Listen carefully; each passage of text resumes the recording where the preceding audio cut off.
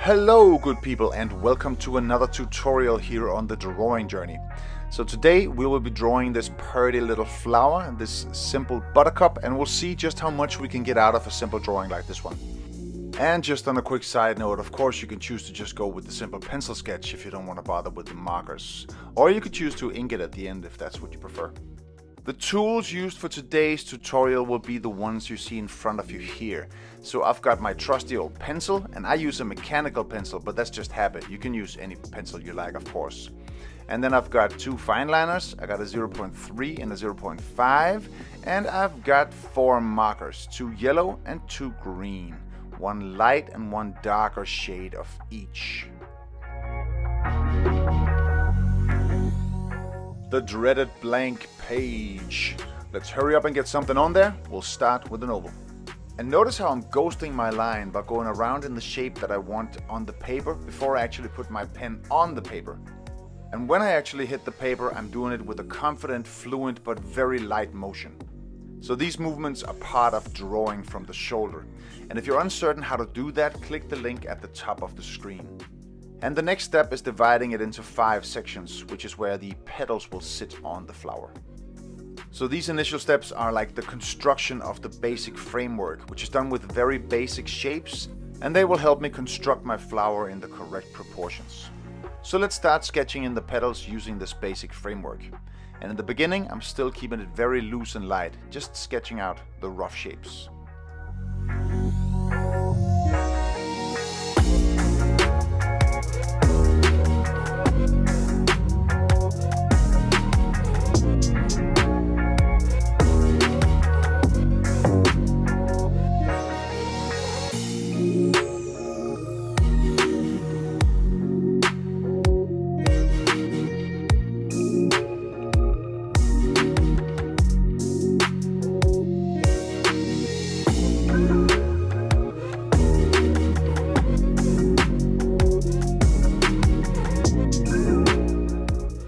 Notice how this very small bend in the line and then just a few straight lines going in towards the center of the flower creates a very nice 3D effect.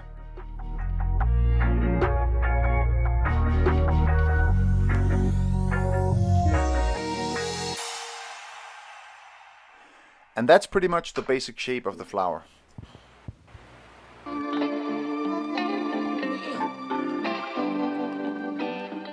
Just a few more details.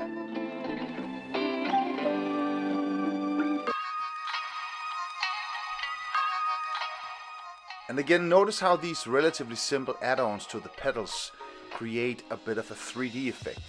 It sort of creates the illusion that the petals bend upwards towards their end a little bit, which creates a nice organic feel to the drawing, I think.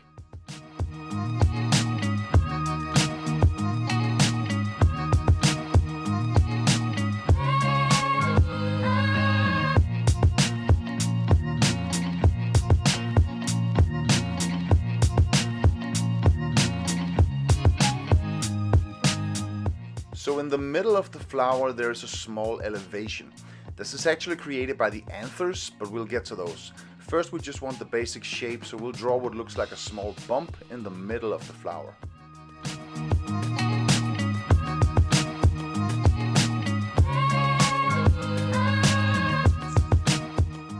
Now using this small bump as our guide, we can start sketching in the anthers. Now the anthers are the part of the flower where the pollen is actually produced. And they sit at the end of these elongated shapes called filaments. They're the ones that lift the anthers into the air, and the reason why they end up having this round, bump-like structure.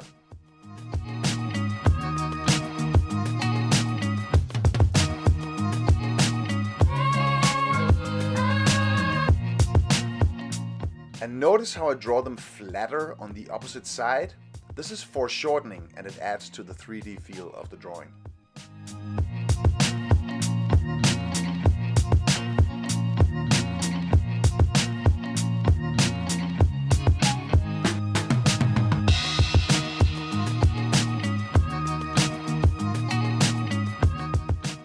And in drawing these, I'm going for a balance between sort of order and chaos, right? So it should look somewhat random, but still end up with a particular shape in the end.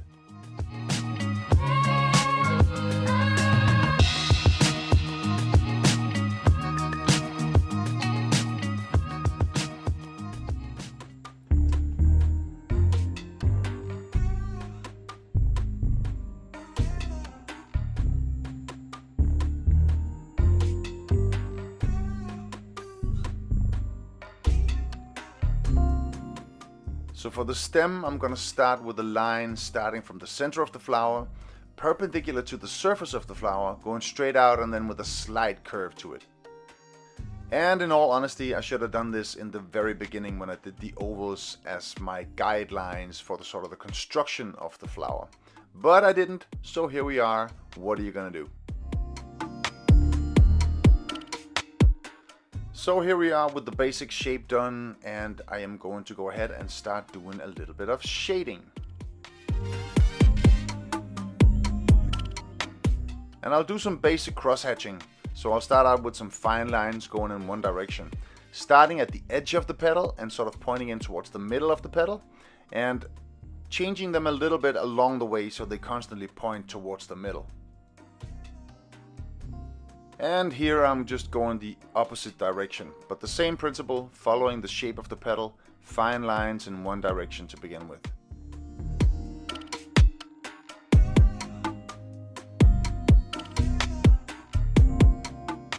And now the other direction, so I get fine lines going both directions, sort of towards each other, but making sure that they don't meet on the middle. So this way I get an area that is the darkest where I originate my lines.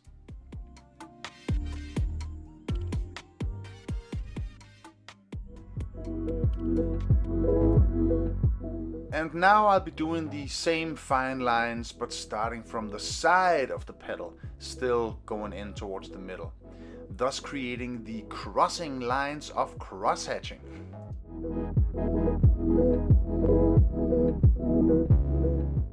And by leaving this small middle area almost untouched, I'm sort of creating an illusion of an elevation in the middle of the petal.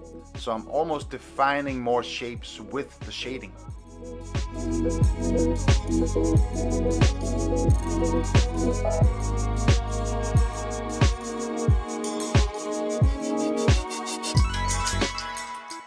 And of course I'll be applying the same technique to the rest of the petals. So the same fine lines, still following the shapes of the petals. And you may notice that the movement is sort of a flick of the wrist for these fine lines. Now I mention this because I am a big proponent of drawing from the shoulder, and I talk about this in a lot of my material.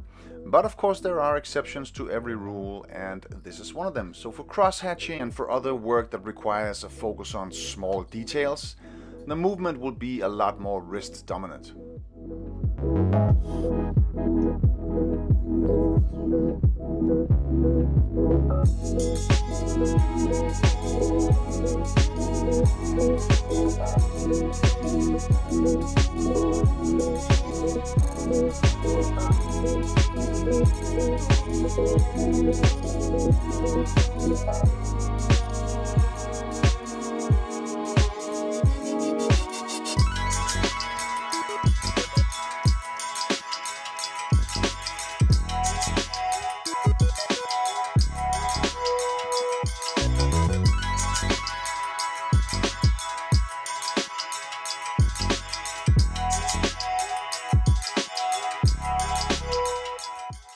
And in shading the stem, I'm gonna make it extra dark just below the head of the flower, because that's where the least amount of light will be.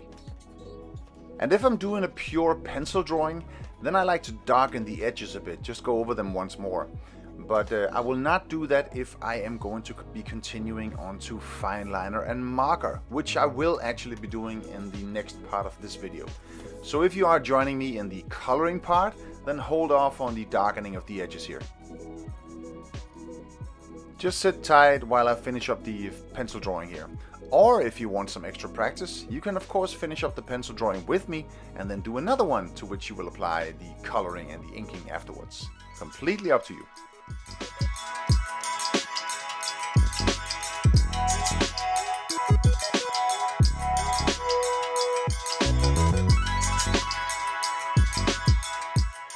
And just the final finishing touches to the pencil drawing here. So the area in between the anthers, I'm gonna darken that a little bit.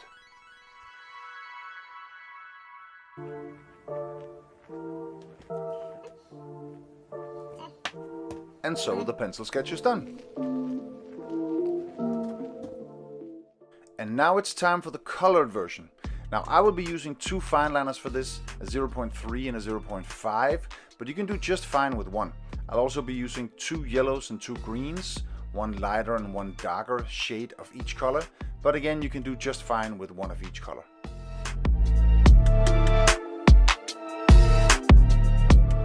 So I'm starting from the pencil sketch, and this is before darkening the edges as I mentioned earlier, because I will be doing the outlines and the edges with the fine liner. And I'm starting with the 0.3 and then I'll just be going around doing the outline all over the drawing.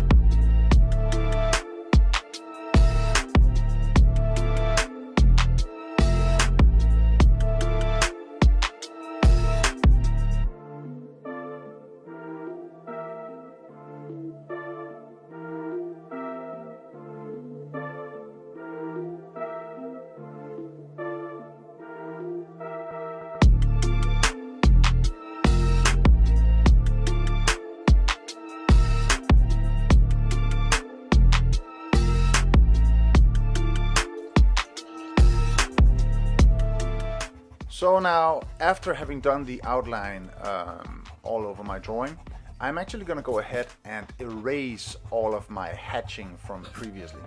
And this is because if I start laying down colors on top of pencil, especially with alcohol-based markers that I'm using today, it's going to smudge and it's not going to look very good.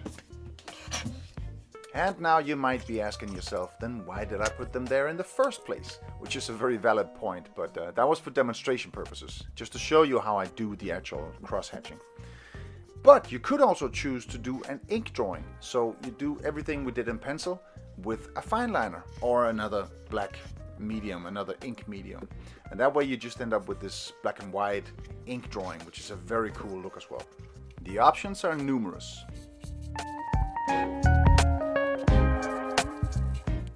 Alright, so I'm just finishing up the base layer of yellow here, which is done with the lighter of the two yellow colors I started out with.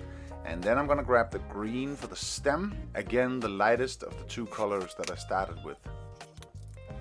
And then I'm gonna grab my darker yellow, which is actually more of an orange, and then I'm gonna start doing some shading.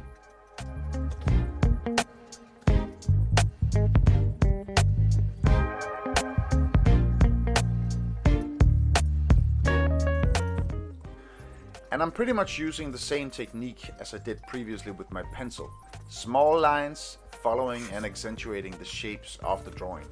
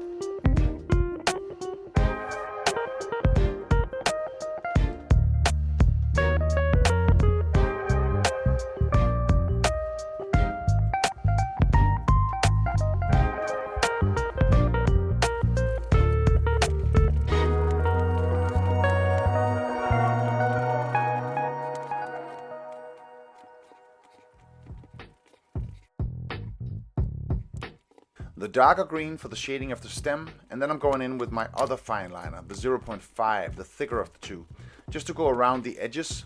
This is obviously not necessary, but I like the way it adds some boldness and some depth, sort of the finishing touch to the final drawing. Another step, which is also completely optional, is to go back to the thinner of the fine liners and do another round. So do ink shading on top of the colored shading. This, I think, adds a lot of depth and a really rich, nice feel to your drawing.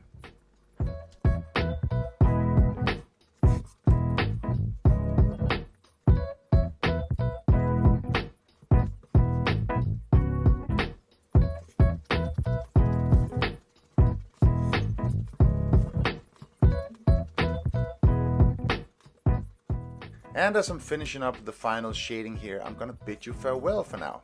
I hope you found this tutorial helpful. I hope you'll be drawing some cool flowers and some other cool stuff. I'd love to see some of it. If you did find it helpful, please subscribe to the channel and like the video. Leave me a comment. I'd love to hear what you think.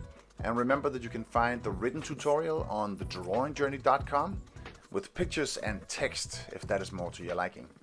But I hope to see you back on the channel regardless. Until then, have a fantastic time. Thanks for watching. Bye now.